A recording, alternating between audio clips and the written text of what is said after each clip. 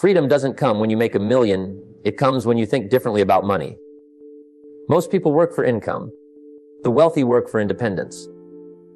And the real game isn't played in public. It's played in the quiet hours when you're reading, planning, investing, preparing. The quiet work you do in private becomes the freedom everyone sees in public. You know what's strange? Most people want wealth, but they chase noise. They think success comes from being seen, not from being silent. But let me tell you something real wealth doesn't shout. It whispers. It grows in quiet rooms, in late nights of discipline, and in early mornings of reflection. The world celebrates the spender, but fortune follows the builder. You don't have to show your success, you have to sustain it. I call this the quiet money code. It's not about greed, it's about growth. It's not about showing off, it's about showing up. And if you learn to live by these 5 quiet rules, you'll build a kind of wealth that doesn't just fill your pockets, it frees your soul. Because wealth, my friend, is not measured by what you flaunt. It's measured by what you become while earning it. There's a certain magic in silence. Not the silence of doing nothing, but the silence of building quietly. When no one's watching, when no one's clapping, when no one even knows what you're up to. That's the silence that creates wealth. I've learned that the most powerful people I've ever met weren't the loudest in the room, they were the calmest. You could sense their power not by what they said, but by how they carried themselves. They didn't have to announce their goals. Their results did the talking. See, there's a danger in noise. When you start talking too much about what you're going to do, you give away the energy that could have built it. Every time you announce a dream, you invite opinions, doubts, and distractions, and before long, that spark of enthusiasm begins to fade.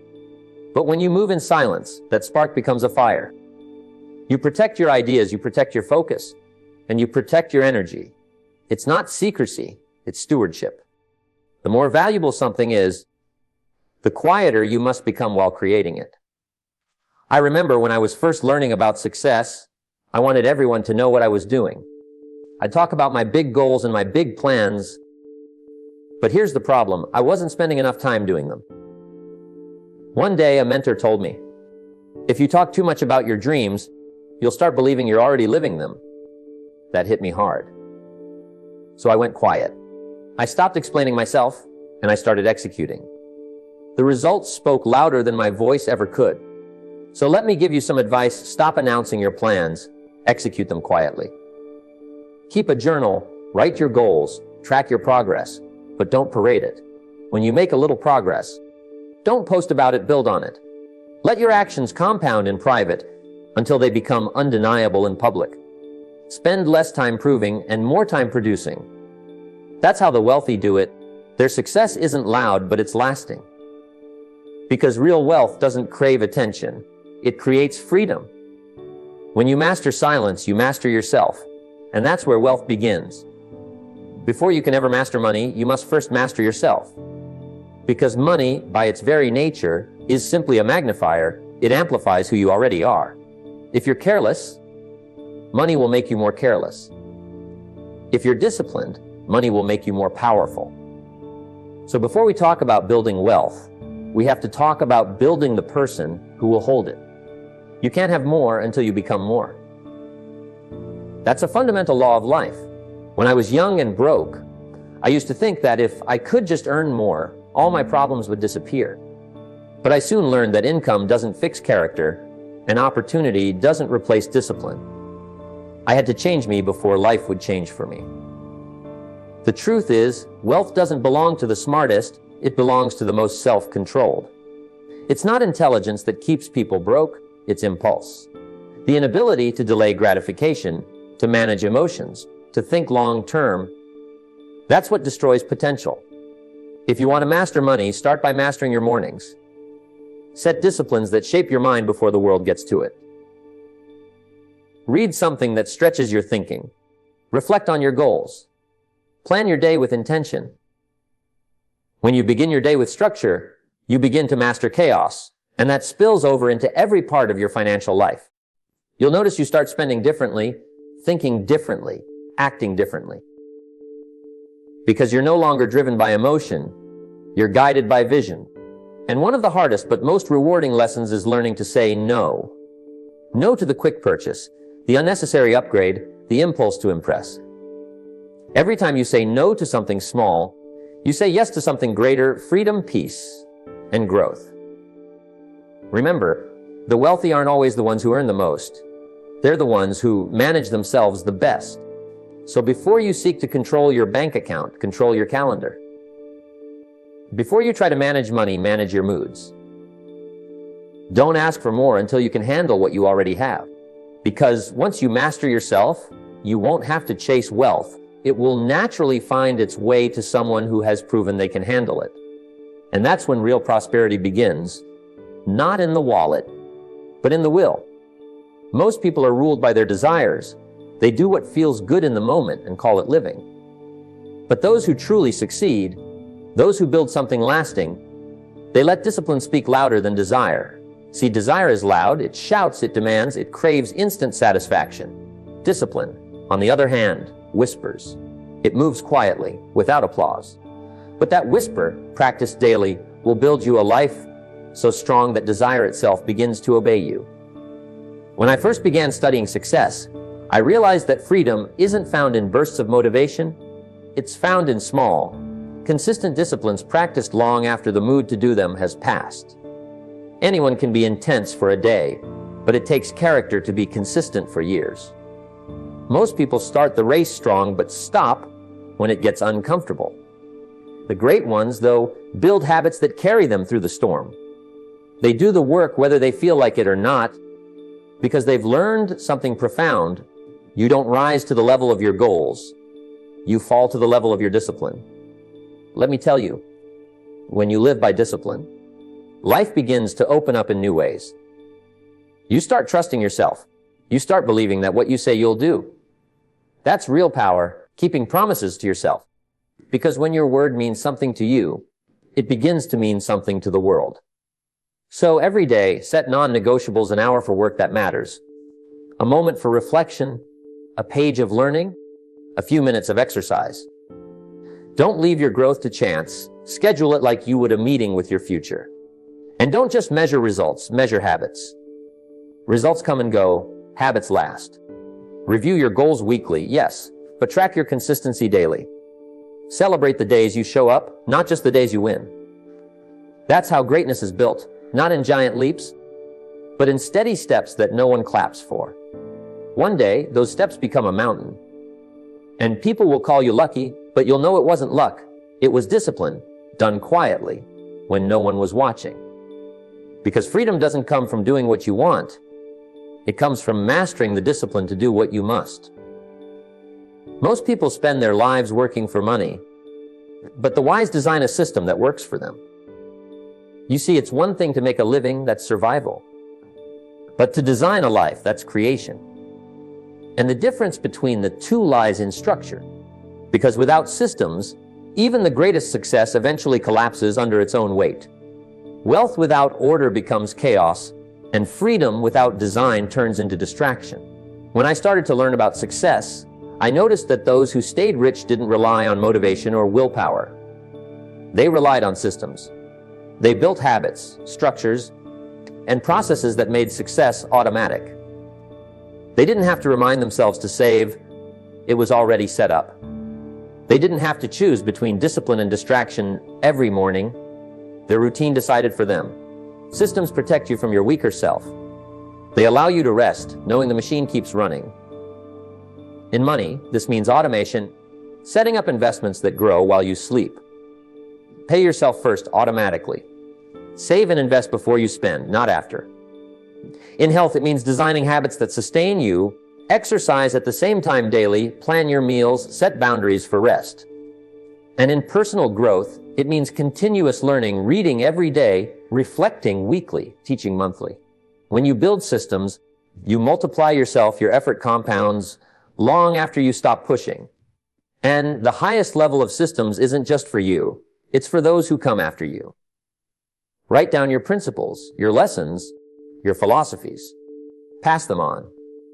Don't just leave behind assets, leave behind understanding. Teach your family how to think, not just what to have. Because wealth that's built on wisdom endures. But wealth built on impulse disappears in a generation. The goal isn't to work harder, it's to work smarter, to create something that outlives you. A life where your habits continue producing fruit long after you've stopped tending the field. Imagine building so well that your systems keep serving, teaching, and growing when you're no longer around. That's real freedom. That's real wealth. So don't just chase money, design mechanisms. Build systems that carry your legacy forward. Because when you structure your life right, even in your absence, the seeds you've planted will keep bearing fruit. One of the greatest lessons life can teach you is that real wealth doesn't need to show off. True wealth is quiet, stable, and deeply rooted. It's not in the designer clothes, the flashy cars, or the big house. It's in peace of mind, options, and freedom. Most people confuse looking rich with being rich. They chase the image of success instead of building the foundation of it. And eventually, when life tests that foundation, they realize image can't pay bills, and status can't buy stability. You see, when I first started earning, I fell into that trap too. I wanted to show everyone that I was doing better. But one day, my mentor told me, don't buy things you don't need, or one day you'll have to sell the things you do. That line struck me deep. Because wealth isn't measured by what you spend, it's measured by what you keep and multiply. Saving isn't about scarcity, it's about strategy. It's the art of saying no today so you can say yes tomorrow. Every time your income rises, your instinct will whisper, upgrade your lifestyle. Don't listen to that voice. Instead, upgrade your savings. Upgrade your investments. Upgrade your peace. The wealthy understand that every extra dollar is a seed, and if you plant it wisely, it grows into trees that bear fruit for years to come. The average person eats their seeds, the wise plant them. Avoid emotional spending. Before you buy, ask yourself, does this purchase move me forward or just fill a momentary feeling? If it's for comfort, postpone it. Wait 24 hours. Most desires fade with time, true value lasts. And while others spend to impress, you should build to express, not through possessions, but through presence, calm, and control. Let your assets grow quietly in the background. Don't broadcast your progress. You don't need to announce your bank balance or brag about investments. The compound effect doesn't make noise, it works in silence. One day, the same people who never noticed your restraint will be amazed by your results. So, save more than you show. Build wealth that doesn't need defending. Wealth that speaks for you when you no longer need to. Because the richest statement you can ever make isn't through what you wear, it's through the freedom to choose how you live. There comes a time when you realize that chasing applause is a shallow pursuit. Status fades fast, but significance endures.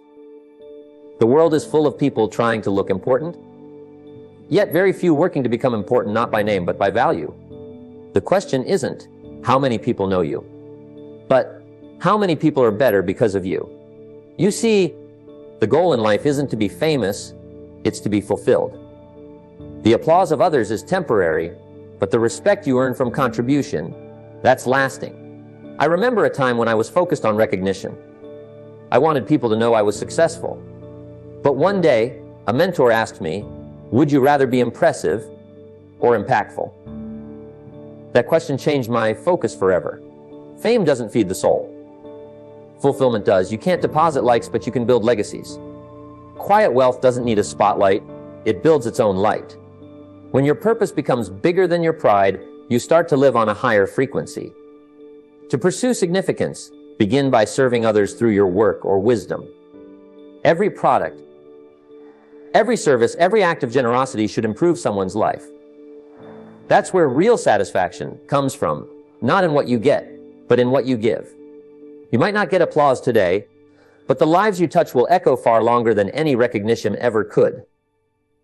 Leave behind systems, not selfies.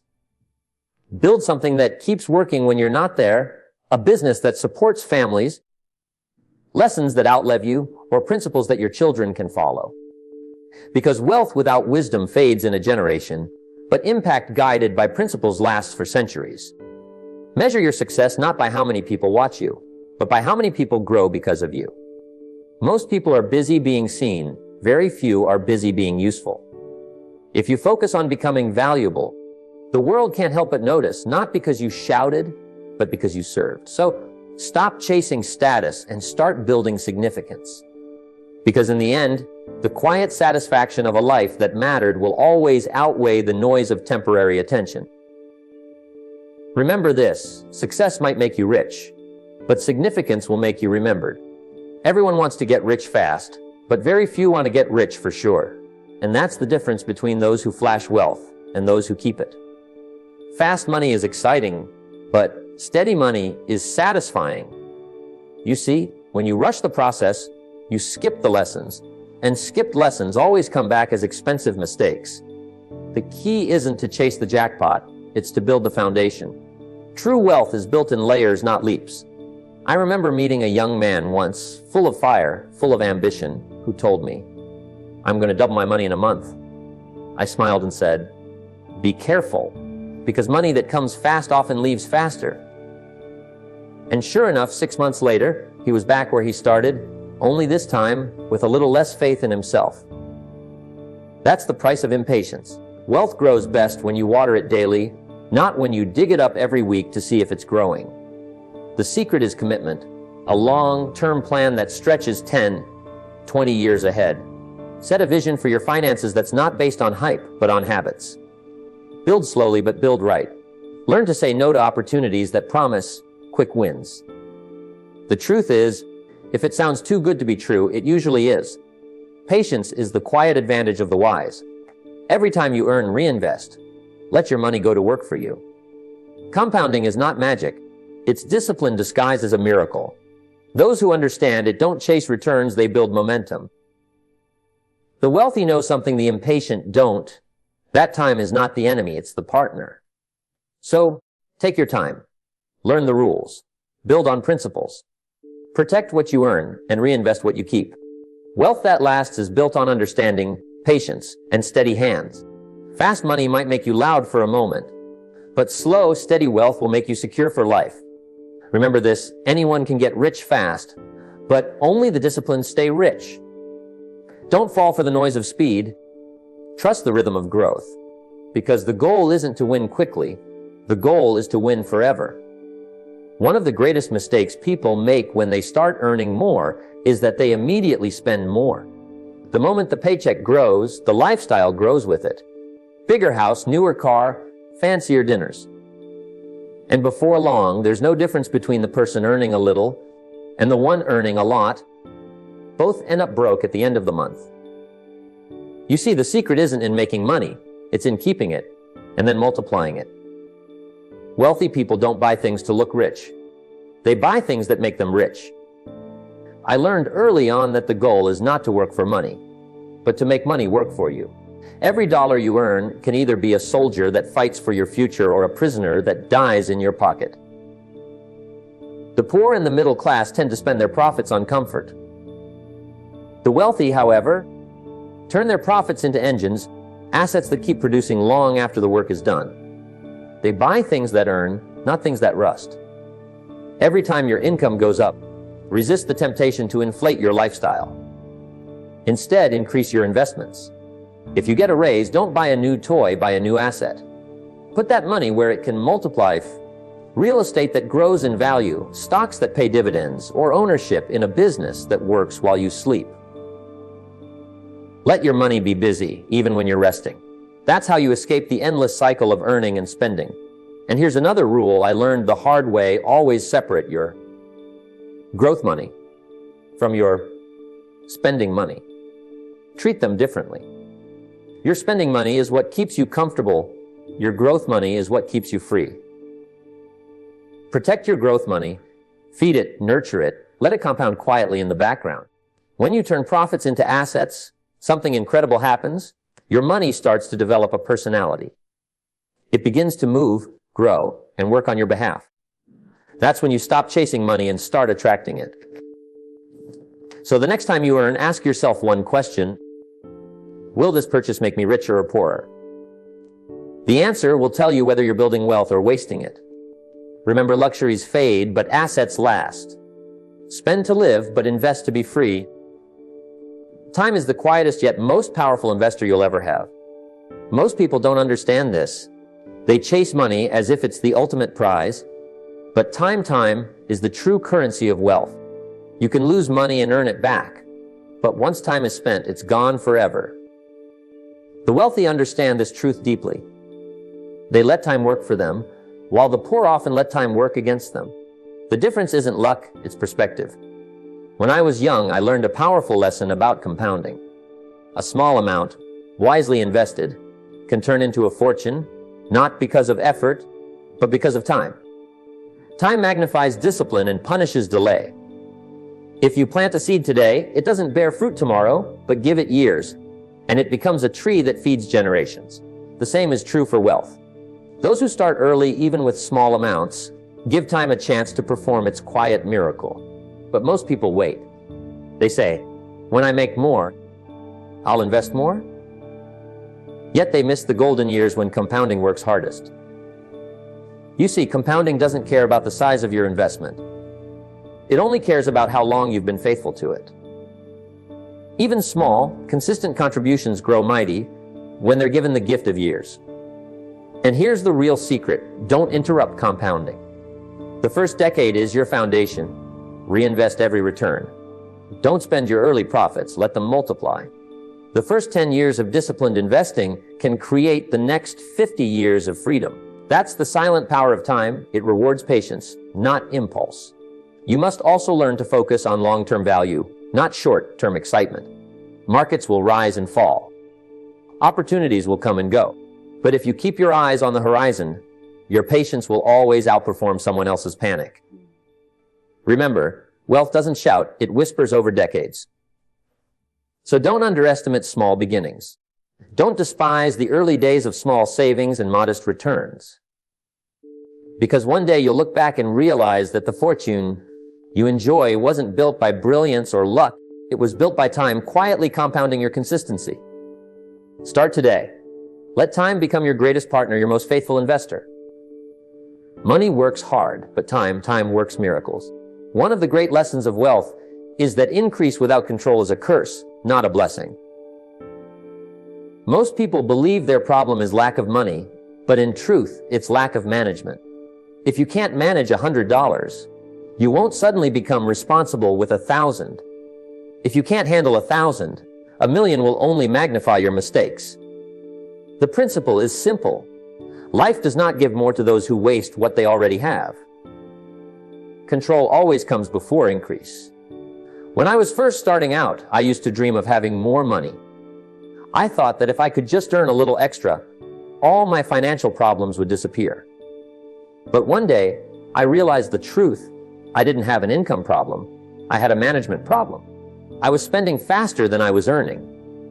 I wasn't keeping track of where my money was going, and as a result, I was always starting over. The moment I learned to manage what I had, even when it was small, everything changed. The discipline of management attracts more. The chaos of neglect repels it. Wealthy people respect money, not worship it, but respect it. They give every dollar a purpose. They track it, direct it, and ensure it serves their goals. That's how control turns into freedom. Start by tracking every expense for 90 days. Write it down, no matter how small. Awareness is the first step toward mastery. You'll begin to see patterns. What's adding value and what's draining it. Then build a simple plan: save, invest, spend in that order. Save to create stability, invest to create growth, and spend to create joy. But never reverse the order. Too many people spend first, then try to save what's left. That's why nothing's ever left. Wealth builders flip the sequence. They pay their future before they pay the present. Review your finances weekly, not to criticize yourself, but to stay conscious. Progress is not measured only in dollars, it's measured in discipline. Every time you manage well, you tell the universe you're ready for more. And when you can handle the little, life starts trusting you with the lot. So remember, before you multiply, learn to manage. Management is the invisible bridge between poverty and prosperity. Once you master it, increase becomes inevitable. Money is a powerful tool. But left unchecked, it can control you instead of serving you. Most people make their financial decisions driven by emotion, fear, greed, excitement, or envy. They panic when markets drop, chase trends when they rise, and splurge when they feel they deserve it. This is the path to instability because emotion clouds judgment. Wealth, on the other hand, is built by those who treat money as a servant, not a master. They use it intentionally, not impulsively. When I began my own journey, I saw people around me making poor decisions because they felt entitled to quick rewards. Some would invest based on a rumor, others would spend impulsively after a small windfall. I realized early on that if I wanted money to work for me, I had to remove feelings from the equation. Logic, discipline, and planning had to guide every step. I remember waiting weeks before making my first major investment, every detail calculated, every risk measured. That patience paid off more than enthusiasm ever could. The strategy is simple: create written rules and stick to them. Decide in advance how much to invest, how much to save, and under what conditions you'll spend. Don't make decisions in the heat of the moment. Treat every dollar as a worker assigned to a task, whether it's growth, stability, or enjoyment.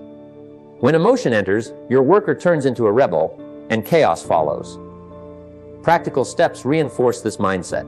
Never buy or invest out of fear or excitement. Set a rule that all major decisions are delayed 24 hours. This pause allows clarity and removes impulse. Track all spending and investing against a plan, no exceptions. Over time, this builds not only wealth but confidence, because your results come from reason, not luck. Remember, money is neutral. It amplifies who you are. If you act emotionally, it magnifies mistakes. If you act with logic, it magnifies success. Let your mind lead, not your feelings. The calm, calculated approach to money is what separates those who struggle from those who thrive. So, always remember, keep emotion out of money. Let it serve your life, not control it.